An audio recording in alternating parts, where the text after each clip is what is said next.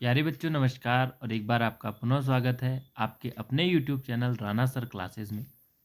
आज हम एकत्रित हुए हैं।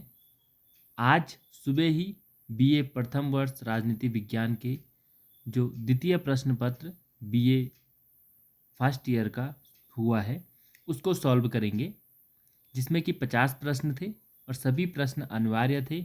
और जैसा कि मैंने परसों ही आपसे आशा व्यक्त की थी कि ये पेपर काफ़ी टफ आ सकता है, और उसी रूप में हमने देखा कि यह पेपर काफ़ी टफ आया हुआ था।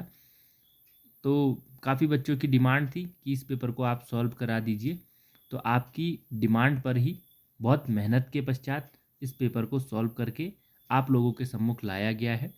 आशा है कि आपको यह वीडियो को प्रारंभ करने से पूर्व आप लोगों से निवेदन है कि वीडियो को अपने मित्रों में अवश्य शेयर कर लें, ताकि वे लोग भी इस वीडियो का अवश्य लाभ ले सकें। तो चलिए वीडियो को करते हैं प्रारंभ। आज का जो हमारा पहला प्रश्न था वह था, तुलनात्मक राजनीति के पिता कौन कहा जाता है। या वो इस प्रकार होना चाहिए था, तुलनात्मक राजनीति के पिता किसे कहा जाता है। तो ये प्रश्न कल जो मैंने पेपर सॉल्व कराया था उसमें भी पहला ही प्रश्न था। वीडियो भाग 4 में आप देख सकते हैं। उसमें मैंने बताया था कि अरस्तु को तुलनात्मक राजनीति के पिता कहा जाता है। तो इस प्रकार इसका उत्तर ऑप्शन नंबर ए होगा।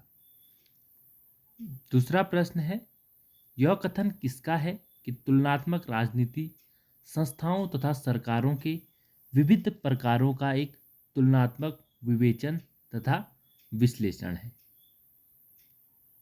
चार ऑप्शन आपके पास है, एम कर्टिस, एडवर्ड ए फ्रीमैन, जीन ब्लैंडेल और इनमें से कोई नहीं। तो यह कथन जो है एडवर्ड ए फ्रीमैन का कथन है कि तुलनात्मक राजनीति संस्थाओं तथा सरकारों के विविध प्रकारों का एक तुलनात्मक विवेचन तथा विश्लेषण है। तीसरा प्रश्न आप लोग के पास था, सर्वप्रथम लोकपाल की स्थापना किस देश में की गई। चार ऑप्शन आपके पास थे, डेनमार्क, फिनलैंड, नॉर्वे और स्वीडन। तो इसका जो सही उत्तर है वो स्वीडन है। नेक्स्ट प्रश्न आपके पास है, किसके अनुसार दबाव समूहों को अज्ञात साम्राज्य के रूप में जाना जाता है। चार ऑप्शन थे, फाइनर, आमंड, रॉबर्ट और इनमें से कोई नहीं। तो इसका जो सही उत्तर है option number A, S E फाइनर है। उसके पश्चात नेक्स्ट प्रश्न आपका था, मार्क्सवादी दृष्टिकोण के अनुसार राजनीति केवल एक हिस्सा है। तो मैंने आपको कल बताया था, दोनों ही वीडियो में बताया था कि जब भी मार्क्सवाद की बात आएगी तो आपने वर्ग संरचना या वर्ग संघर्ष इस जवाब को सीधे ही उसका उत्तर के रूप में लिख लेना है। तो वर्ग संरचना या क्लास स्ट्रक्चर ही क्या है, मार्क्सवादी दृष्टिकोण के अनुसार राजनीति केवल क्या है, वर्ग संरचना का हिस्सा है। तो इस प्रकार पांचवे का ऑप्शन नंबर डी उत्तर हो जाएगा। नेक्स्ट प्रश्न है, निम्न में से कौन तुलनात्मक राजनीति का उद्देश्य है। दार्शनिक लक्ष्य, शासन नीति के प्रयोग में लक्ष्य, वैज्ञानिक लक्ष्य और उपरोक्त सभी। तो सीधी सी बात है, इसका ऑप्शन नंबर डी सही जवाब होगा। नेक्स्ट प्रश्न है आपके पास, संरचनात्मक और प्रकार्यात्मक उपागम किसके नाम के साथ जुड़ा हुआ है। तो डेविड स्टूटन, आमंड और पावेल, बाकी तो नहीं। तो इन दोनों में कंफ्यूज बच्चों को काफ़ी अधिक रहता है। तो जो इसका सातवें प्रश्न का जो जवाब है वो होगा ऑप्शन नंबर बी, आमंड और पावेल। तो जो डेविड स्टन थे उन्होंने व्यवस्था विश्लेषण सिद्धांत की बात की थी। उनके ही सिद्धांत को आगे बढ़ाते हुए आमंड और पावेल ने ये संरचनात्मक प्रकार्यात्मक सिद्धांत दिया था। नेक्स्ट प्रश्न है, कार्ल मार्क्स ने द्वंद्वात्मक सिद्धांत किससे लिया था। तो सभी जानते हैं कि द्वंद्वात्मक जो सिद्धांत के जनक थे वो हीगल थे। इस प्रकार कार्ल मार्क्स ने हीगल से द्वंद्वात्मक सिद्धांत लिया था। नेक्स्ट प्रश्न है, किस देश का संविधान 4 बार बना है। तो ये थोड़ा कंफ्यूजिंग क्वेश्चन है। कि किस देश का संविधान 4 बार बना है, तो क्योंकि चीन का संविधान, इसमें जो 4 ऑप्शन है, अमेरिका, चीन, स्विट्जरलैंड, पाकिस्तान, तो अमेरिका का संविधान तो सिर्फ 1 बार बना है 1789 में। चीन का संविधान 2 बार बना है। स्विट्जरलैंड का संविधान 3 बार बना है जहाँ तक मेरा अनुसार है, और 99 में अंतिम बार बना है। और पाकिस्तान का संविधान भी 3 बार बना है। फिर भी सी और डी में से, वैसे सी इसका उत्तर होना चाहिए, किंतु सी और डी में से कोई भी हो सकता है। मैं इस पे ऑप्शन नंबर सी को ज़्यादा प्रेफर करूँगा। फिर भी सी और डी में से कोई एक हो सकता है।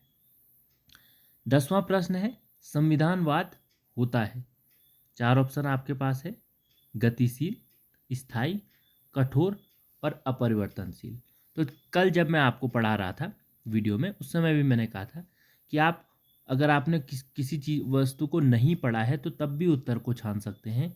उसमें जब आप उत्तर छांटोगे तो एक चीज विपरीत जाएगी और 3 चीज सामान्य आएगी। तो जैसे अब इस प्रश्न को देखो, संविधानवाद होता है तो गतिशील, गतिशील यानी कि जिसमें गति हो, जो क्रियाशील हो। स्थायी, स्थायी कौन होगा, जिसमें गति नहीं होगी। कठोर, कठोर कौन होगा, उसमें भी गति नहीं होगी। अपरिवर्तनशील कौन होगा, जो जिसमें गति नहीं होगी। तो स्थायी, अपरिवर्तनशील एक साथ है। और जब स्थायी अपरिवर्तनशील एक साथ है, कठोर एक साथ है, तो सिर्फ बचता है हमारे पास गतिशील। तो इसलिए संविधानवाद क्या होता है, गतिशील होता है।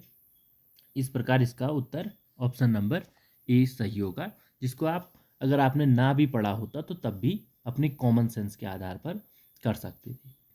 नेक्स्ट प्रश्न हमारे पास है, राजनीति संस्कृति शब्द का प्रयोग सर्वप्रथम किसने किया था। तो सिडनी वर्मा महोदय ने राजनीतिक संस्कृति शब्द का प्रयोग सर्वप्रथम किया था। पॉलिटिक्स इन इंडिया के लेखक कौन है। तो पॉलिटिक्स इन इंडिया के लेखक रजनी कोठारी है। भारत में राजनीति उनकी एक बहुत ही महत्वपूर्ण पुस्तक है। और यह पुस्तक आपको जब तक आप राजनीति से जुड़े हुए हैं तब तक ये पुस्तक आपका पीछा नहीं छोड़ने वाली है। ये क्वेश्चन कम से कम आज तक मेरे पिछले 7-8 साल के अनुभव में कम से कम 10-15 एग्जाम में मैं इस क्वेश्चन को देख चुका हूँ, या इससे रिलेटेड क्वेश्चन को। नेक्स्ट प्रश्न आपके पास है,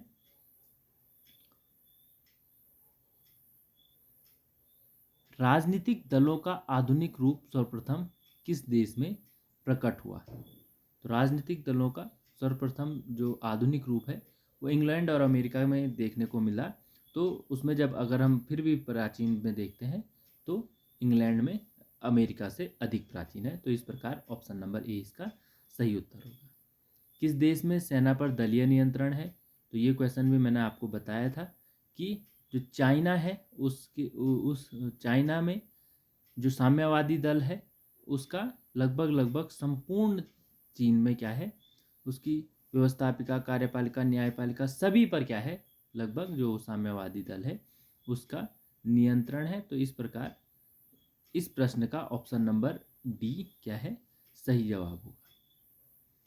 नेक्स्ट प्रश्न आपके पास था, किस देश का संविधान अलिखित संविधान कहलाता है।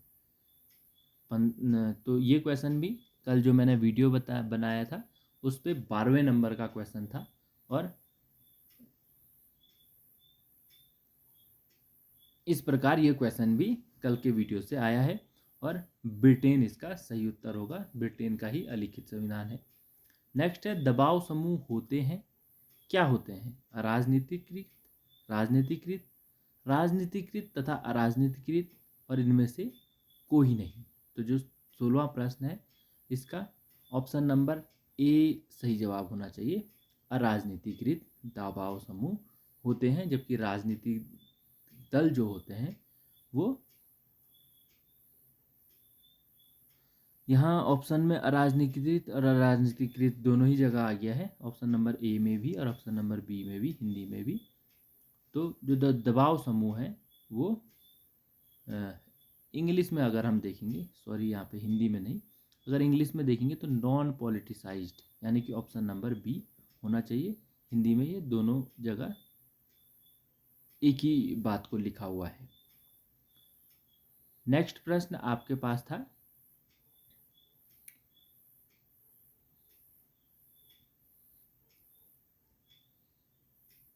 जनमत निर्माण में सहायक नहीं है। जनमत निर्माण में इनमें से कौन सहायक नहीं है? तो सबसे पहले आपके पास था शिक्षा संस्थाएं, जो कि जनमत निर्माण में सहायक होती है। चलचित्र यानी कि मूवीज़, ये भी सहायक होती हैं। अफवाहें भी कई बार जनमत निर्माण कर देती है। कोई अफवाह आप फैलाते हैं तो उससे एक जनमत का निर्माण हो जाता है। किंतु जो यातायात व्यवस्था है वो जनमत निर्माण में किसी प्रकार का कोई भूमिका नहीं निभाती। तो इस प्रकार 17वें का डी ऑप्शन सही उत्तर होगा। नेक्स्ट प्रश्न है, स्वस्थ जनमत के मार्ग में बाधक है। निरक्षरता, बड़ा परिवार, क्षेत्रीय असंतुलन और स्कूल। स्कूल हो नहीं सकता, क्षेत्रीय असंतुलन और बड़ा परिवार का उतना कोई रोल जनमत में नहीं है। जनमत के मार्ग में जो सबसे अधिक बाधक है वो क्या है? निरक्षरता होगी। इस प्रकार इसका उत्तर ऑप्शन नंबर ए होगा।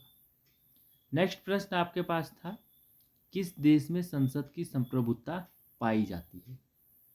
तो इंग्लैंड में क्या है? संसद की संप्रभुता हमें देखने को मिलती है, जिसे ग्रेट ब्रिटेन भी कहते हैं। तो वहीं संसद की सर्वोच्चता देखने को मिलती है।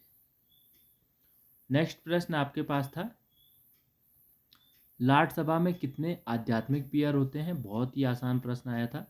इसका 26 जवाब होगा। 26 लाट पीयर आध्यात्मिक पीयर लाट सभा में होते हैं, जो कि न्यायालय का काम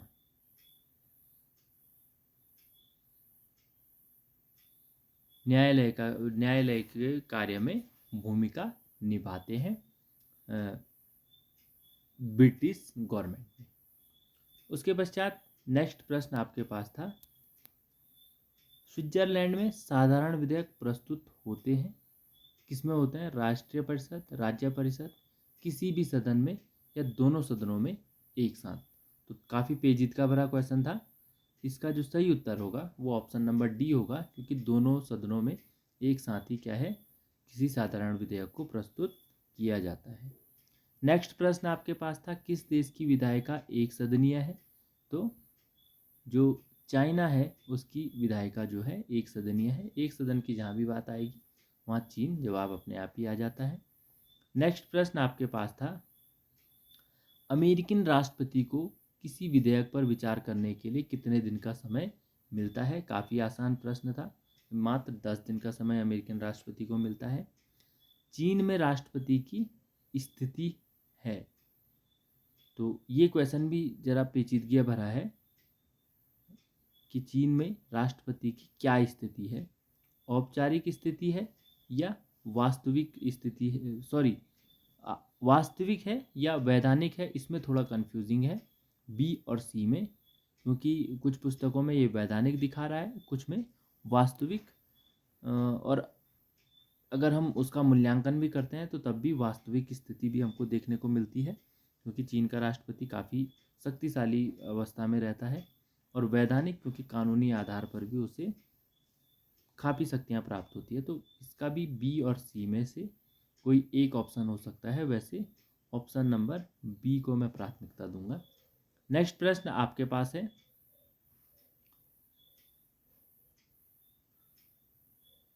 अमेरिका में सर्वोच्च न्यायालय में कितने न्यायाधीश होते हैं? बहुत ही आसान प्रश्न था। 9 न्यायाधीश होते हैं।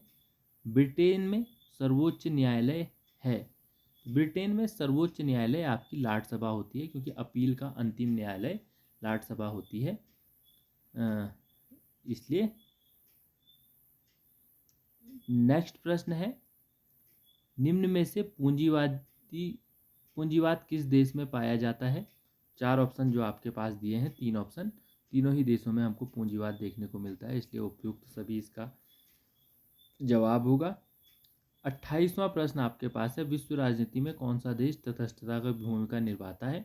वैसे अब स्विट्जरलैंड भी तटस्थता की भूमिका में नहीं रहता, फिर भी बहुत लंबे समय तक विश्व राजनीति में स्विट्जरलैंड ने तटस्थता की भूमिका अपनाई है, इसलिए इसी को इसका उत्तर माना जाएगा।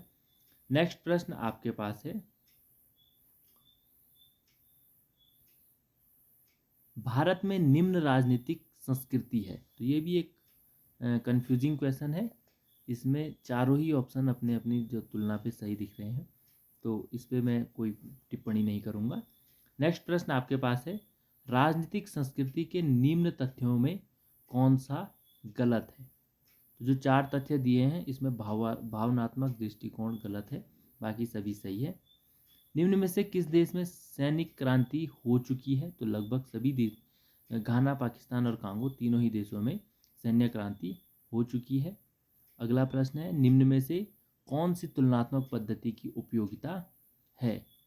तो 4 ऑप्शन आपके दिए हैं, श्रेष्ठ व्यवस्थाओं का ज्ञान, तुलनात्मक पद्धति सिद्धांत निर्माण में सहायक, सभी देशों का राजनीतिक व्यवस्थाओं का अध्ययन संभव। तो इसमें भी जो 4 ऑप्शन दिए हैं, तीनों जो ऑप्शन है वो सही है। इस प्रकार इसका भी डी ऑप्शन सही होगा। नेक्स्ट प्रश्न आपके पास है, कौन सी समस्या तुलनात्मक राजनीति की समस्या नहीं है। तो 4 ऑप्शन आपके पास दिए हैं, प्रॉब्लम ऑफ वेरिएबल्स, भाषा और संस्कृति की समस्या। तो इसका भी जो ऑप्शन नंबर डी है, धार्मिक मतभेद की समस्या, ये इसका सही जवाब होगा, ऑप्शन नंबर डी 33 का। नेक्स्ट प्रश्न है, तुलनात्मक राजनीति के उपागमों को कितने भागों में बांटा गया है। तो परंपरागत और आधुनिक 2 भागों में बांटा गया है।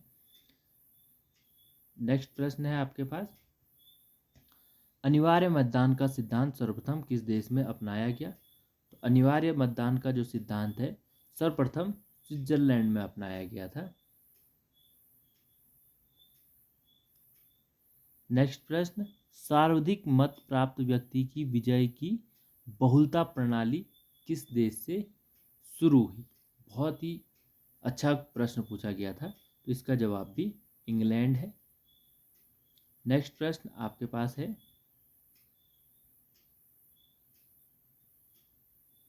डेनमार्क के मंत्री एंड्रे द्वारा 1856 में किस निर्वाचन प्रणाली को लागू किया गया था। तो इनके द्वारा एकल संक्रमणीय मत प्रणाली की शुरुआत 1856-57 में डेनमार्क के मंत्री एंड्रे द्वारा की गई थी। नेक्स्ट प्रश्न है, मिश्रित आनुपातिक प्रतिनिधित्व प्रणाली किस देश में पाई जाती है। तो ऑप्शन नंबर ए, जर्मनी में ये मिश्रित आनुपातिक प्रतिनिधित्व प्रणाली पाई जाती है। नेक्स्ट प्रश्न है आपके पास, अल्पसंख्यकों को प्रतिनिधित्व देने की पद्धति निम्न में से कौन सी है। तो ऑप्शन नंबर सी जो है आनुपातिक प्रतिनिधित्व प्रणाली, ये अल्पसंख्यकों को प्रतिनिधित्व देने की प्रणाली है। नेक्स्ट है, भारत में वयस्क मताधिकार की आयु कितनी थी। तो बहुत ही सरल क्वेश्चन है, 18 वर्ष। नेक्स्ट प्रश्न आपके पास है,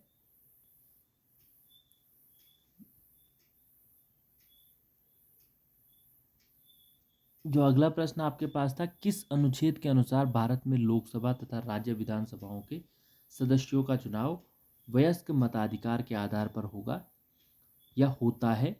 तो इसका जो उत्तर है वो है ऑप्शन नंबर ए, 326, आर्टिकल 326 के माध्यम से।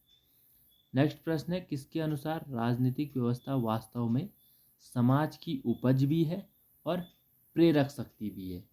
तो ये क्वेश्चन पे भी मैं टिप्पणी नहीं करूँगा, क्योंकि काफ़ी पेचीदगी भरा क्वेश्चन है। 2 ऑप्शन इसमें निकल कर सामने आ रहे हैं। नेक्स्ट को देख लेते हैं, भारत के संविधान की कौन सी विशेषता अमेरिकन संविधान से प्राप्त की गई है। तो अर्धसंघीय सरकार, ये हमने अमेरिका से लिया है। राज्य के जो नीति निर्देशक तत्व हैं वो आयरलैंड से लिए गए हैं। संविधान की प्रस्तावना ऑस्ट्रेलिया से ली गई है और कानून का जो शासन है वो हमने इंग्लैंड से लिया है। नेक्स्ट प्रश्न है, रूस में साम्यवाद कब समाप्त हुआ? तो वर्ष 1991 में जाकर रूस में ये साम्यवाद समाप्त होता है। अगला प्रश्न आपके पास था, दबाव समूह की सदस्यता होती है ऐच्छिक, अनिवार्य, थोपी हुई और इनमें से कोई नहीं। तो इसका ऑप्शन नंबर ए, ऐच्छिक सदस्यता होती है दबाव समूह की। ऑप्शनल, आप चाहो तो ले सकते हो, चाहो तो नहीं भी ले सकते हो। नेक्स्ट प्रश्न है, विरोधी दल लोकतंत्र का होता है, मित्र होता है, संरक्षक होता है, सहयोगी होता है या पथ प्रदर्शक होता है? तो इसमें भी आप फिर उसी मेथड्स को अपना सकते हैं। मित्र और सहयोगी एक ही बात हुई, संरक्षक भी कहीं ना कहीं उसी उसमें आता है, और पथ प्रदर्शक, तो पथ प्रदर्शन का काम भी क्या है, विरोधी दल करता है किसी दूसरे दल के लिए। नेक्स्ट प्रश्न है, जनवादी चीन में न्यायपालिका का संगठन है, किस आकार का है? तो ऑप्शन ए, पिरामिड के आकार का जनवादी चीन में न्यायपालिका का संगठन हमको देखने को मिलता है। अगला प्रश्न है, ब्रिटेन में कौन सा पद कानून से ऊपर है? तो आप सभी जानते हैं ब्रिटेन में जो राजा का पद है वो कानून से ऊपर है, क्योंकि राजा संविधान के ऊपर आता है। संविधान तो सर्वोच्च है नहीं, संसद सर्वोच्च है और उसके ऊपर राजा आता है। नेक्स्ट प्रश्न है आपके पास, अमेरिकी राष्ट्रपति की शक्तियों को प्रभावित करने वाली संस्था है। तो अमेरिकी राष्ट्रपति की, ये प्रश्न भी आपके जो कल वीडियो बनाए थे उसमें 67 नंबर का जो क्वेश्चन है उसमें ये दिया हुआ है कि अमेरिकी राष्ट्रपति पर कौन महाभियोग लगा सकता है? तो प्रतिनिधि सदन लगा सकता है, इसलिए अमेरिकी राष्ट्रपति की शक्तियों को भी प्रभावित करने वाला सदन है। नेक्स्ट और अंतिम प्रश्न आपके पास है, अरस्तु ने राजनीति शास्त्र का अध्ययन करने के लिए किस पद्धति का प्रयोग किया या किन पद्धतियों का प्रयोग किया? तो आगमनात्मक, ऐतिहासिक, उपयुक्त दोनों और इनमें से कोई नहीं। तो जो अरस्तु है उन्होंने इसमें से ऐतिहासिक पद्धति का प्रयोग किया था और इसके अलावा निगमनात्मक पद्धति का भी अरस्तु ने प्रयोग किया था। तो मुझे आशा और उम्मीद है वीडियो आपको अच्छा लगा होगा। अच्छा लगा हो तो लाइक अवश्य करें, अपने मित्रों में शेयर अवश्य करें, और किसी क्वेश्चन पर अगर आपको डाउट है, मैं ये नहीं कहता कि सारे प्रश्न जो है जिनको मैंने उत्तर बताए हैं, एक दो में कोई अपवाद हो सकते हैं कि कहीं से गलत सूचना के माध्यम से वो हो, तो आप अगर किसी प्रश्न पर आपको अपवाद है तो आप उसको कमेंट के माध्यम से दर्ज कर सकते हैं। वीडियो कैसा लगा यह भी कमेंट के माध्यम से अवश्य बताएं। आप लोगों ने मुझे सुना, आप लोगों का बहुत बहुत धन्यवाद।